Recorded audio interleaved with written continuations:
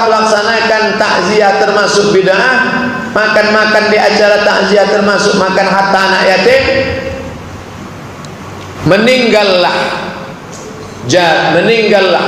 isna'u ta'aman li ali Ja'far meninggal. Kata Nabi, kalian jangan menyusahkan keluarga Ja'far.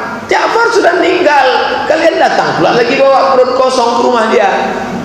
Jadi bagaimana ya Rasulullah? Isna'u ta'aman li ali Ja'far, bawalah makanan. Maka kalau ada orang meninggal, kasih tahu dia, Bu, Pak, jangan masak ya. Nanti malam bapak anu bawa gulai, bapak anu bawa nasi, bapak anu bawa pulut, bapak anu bawa telur. Bapak bawa apa? Saya yang makan itu semua. Nah, itu hukum aslinya. Dia sudah meninggal. Dan nenek moyang kita orang Melayu dulu memang begitu. Kalau ada orang meninggal semua bawa beras. Orang Jawa begitu, bawa beras, bawa kopi, bawa gula. Sampai Arab nanti Arab lu ngono kono tak sia iku wis pirang-pirang dino apa iku. Bawa kan. Kasihan. Dia sudah meninggal, dia sudah timpa musibah. Jadi kita lah yang membawakan makanan. Nah, tapi kalau ada anaknya, kaya anaknya, lalu dia mau bersedekah, bolehkah dia bersedekah pahalanya sampai ke almarhumah maknya? Sampai. Dalilnya mana? Saat bertanya ke Nabi, Ummi matat, mak saya mati, apa atasaddaqu anha? Bolehkah saya bersedekah? Kata Nabi, tasaddaq, bersedekahlah.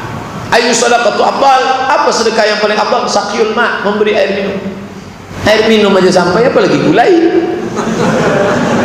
Jadi kalau kita khawatir, saya takut makan tadi Pak Ustadz, entah makanan anak yatimnya itu, maka perlulah kata sambutan dari Sahibul Hajat. Assalamualaikum warahmatullahi wabarakatuh. Bapak-bapak, ibu-ibu, hadirin hadirat, Bapak-ibu sekalian, ini makanan nasi kotak yang ada di depan kita ini bukan harta bapak kami yang belum dibagi, bukan emak kami ngutang di warung, bukan harta anak yatim. Ini adalah harta saya, anaknya yang memang mau bersedekah. Dan saya ini biar Bapak Ibu tahu saya ini memang kaya. Tak tahu kan saya ini kaya? Hah? Makanlah, makan. Bicara. Ustaz, di zaman sekarang ini banyaknya, maaf, dukun berkedok ustaz, mengajarkan beberapa bacaan dalam bahasa Arab yang tidak kita ketahui. Bagaimana cara mengetahui orang-orang seperti itu Pak Ustaz? Bisakah kita membedakannya? Kalau dia mengajarkan sesuatu, Pak Ustaz, mohon maaf ya Pak Ustaz ya, Ustaz jangan tersinggung, itu dalilnya di mana ya Pak Ustaz? Ragu kamu sama ilmu saya nih? Kalau udah begitu kata dia, itu biasanya tak meleset itu. Orang menutupi ketidaktahuannya, marah. Ustaz Somad kalau tak tahu, saya tak tahu masalah ini, saya akan jawab dalam pertemuan bulan depan. Saya tak tahu masalah ini, tolong buka www.blogspot.somadmorocco.blogspot.com, karena nanti saya pulang ke rumah saya cari jawabannya. Berapa kali saya katakan itu di masjid majelis subuh? Saya tak tahu masalah itu, nanti buka, karena mungkin kita tak jumpa, buka di blog saya. Di blog semua buka. Pertanyaan yang tak terjawab kemarin, ini jawabannya. Itu saya tulis. Jadi kita tidak pula mengatakan bacaan-bacaannya dari mana. Ini dari Al-Quran, surat apa, ayat berapa. Ini dari hadis, riwayat kitab siapa? Sahih Bukhari, Sahih Muslim, Sunan Abi Dawud, Sunan Tirmizi, Sunan Nasai, Sunan Ibn Majah, Musnad Ahmad bin Hanbal, Muwatta Malik, Sunan Ad-Darimi, Musannaf Ibn Abi Syaibah, Mu'jam Al-Kabir, Imam Tabrani. Ini mesti disebutkan. Oh, ini bukan dari hadis Nabi, ini dari pendapat ulama Hanafi, Maliki, Syafi'i, Hambali. Jadi kita yang penting mengaji. Ngaji. Bapak mau bawa istri kemana? Ke rumah sakit Pak Ustaz. Bapak mau bawa istrinya kemana? Ke bidan berijazah Pak Ustaz. Kenapa mesti ke rumah sakit? Karena dia mesti tahu dokter ini tamat dari mana. Layak tidak untuk menyawa anaknya saja dia takut menyerahkan ke dukun beranak. Tapi kenapa ibadahnya dia serahkan kepada orang yang tidak dia ketahui? Alhamdulillah di bukan baru ini datang ke pengajian Dr. Mawar bin Muhammad Saleh, datang ke pengajian Ustaz Dr. Mustafa Umar, Dr. Saidul Amin, Dr. banyak. Kalau ragu sama LCMA apa pergi ke dokter-dokter. Syiah haji di Karbala, apakah ada hadisnya Pak Ustaz? Bagaimana menurut pendapat Pak Ustaz? Ada kota namanya Baghdad, Irak. 80 kilo dari Baghdad ini ada satu namanya Karbala. Karbala itu di Irak, bukan di Iran. Orang Iran datang ke Irak. Di Karbala itulah meninggalnya Sayyidina Husain. Husain itu anak Ali, Husain itu anak Fatimah, Fatimah anak Sayyidina Muhammad sallallahu alaihi wasallam.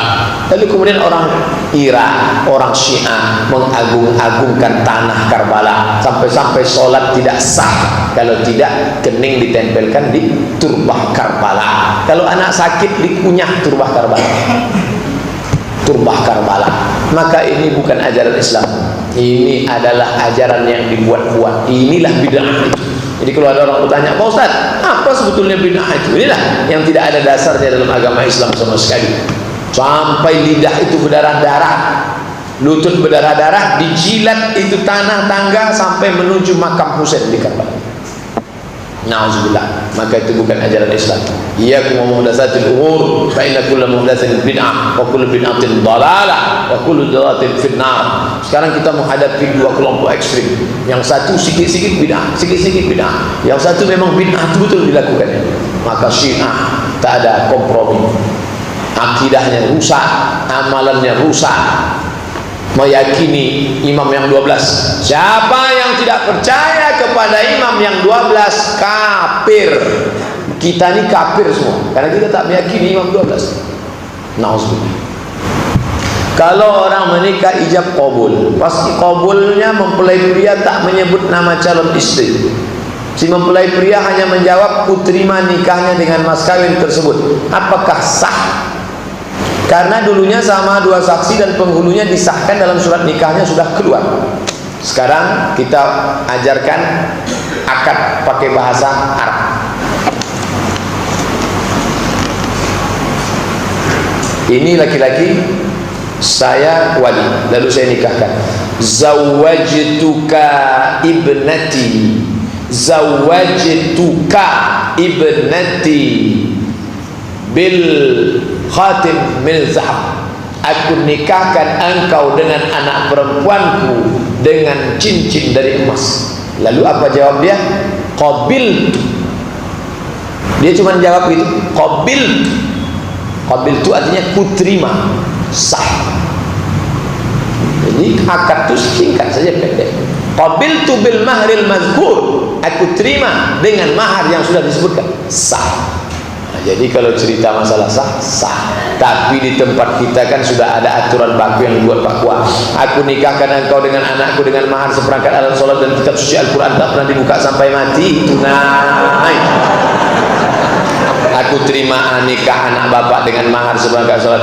Itu semuanya itu adalah tradisi. Bedakan antara ajaran dengan tradisi. Antara dia mesti panjang. Hai pulang. Iya Pak. Kurang lagi tuh, ulang lagi. Iya ya. Tadi bapak ini kan bayar pula. Makin grogi lah kawan. Kadang saya kasihan nih orang nikah. Bersulit-sulit. Tak sesulit itu sebetulnya. Sah, ini cerita tentang nisah. Qabil. Nabi menikahkan orang. Ini laki-laki, ini perempuan. Langsung di majelis tempat pengajian itu. Apa kata dia? Zawwajtukaha bima ma'aka minal Quran.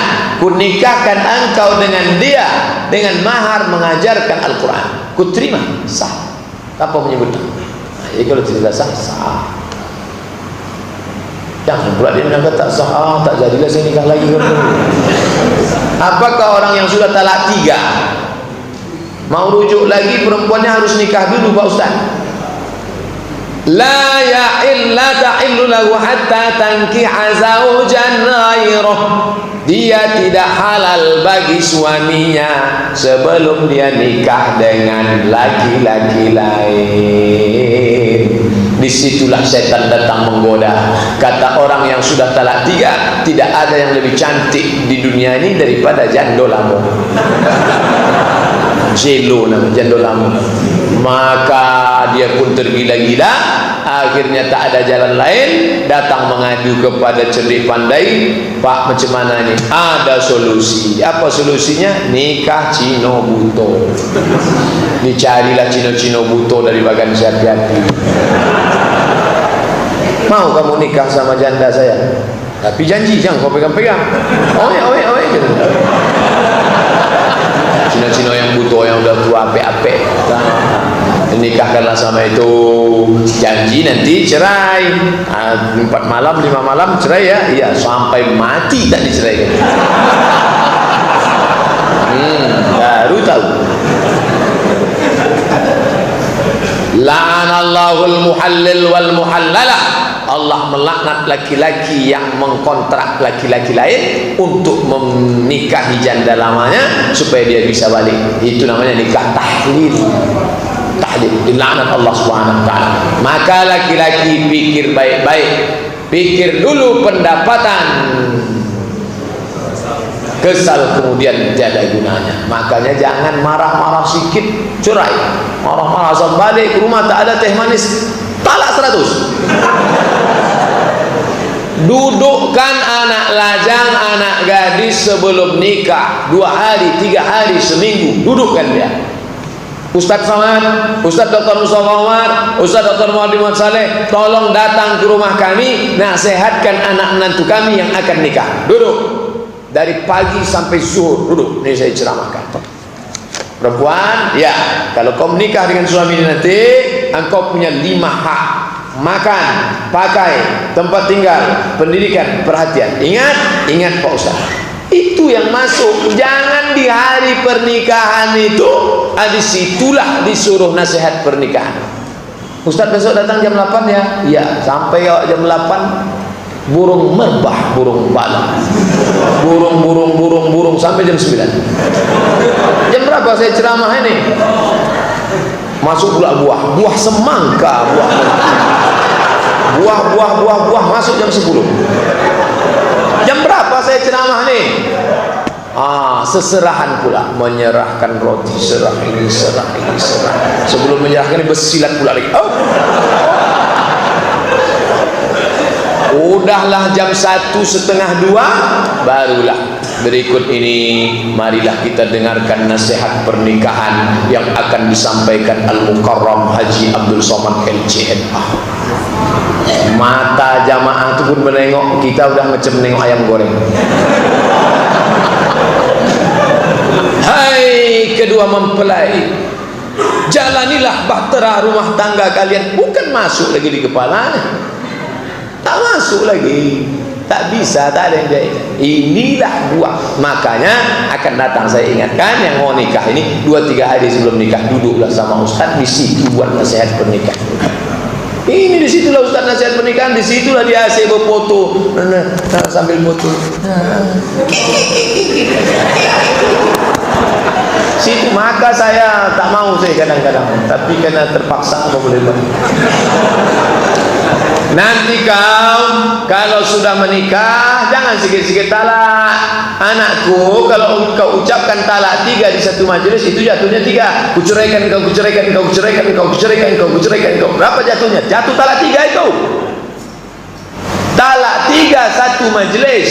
Baik diulang berkali-kali. Yang contoh diulang berkali, kuceraikan kau, cerai, itu jatuh talak 3. Yang satu lagi enggak, satu lafaz, kuceraikan engkau talak 1000. Itu jatuhnya 3. Hati-hati, yang sudah jatuh talak 3 tak ada rujuk, tapi dia tak mengaji. Ini yang jadi masalah.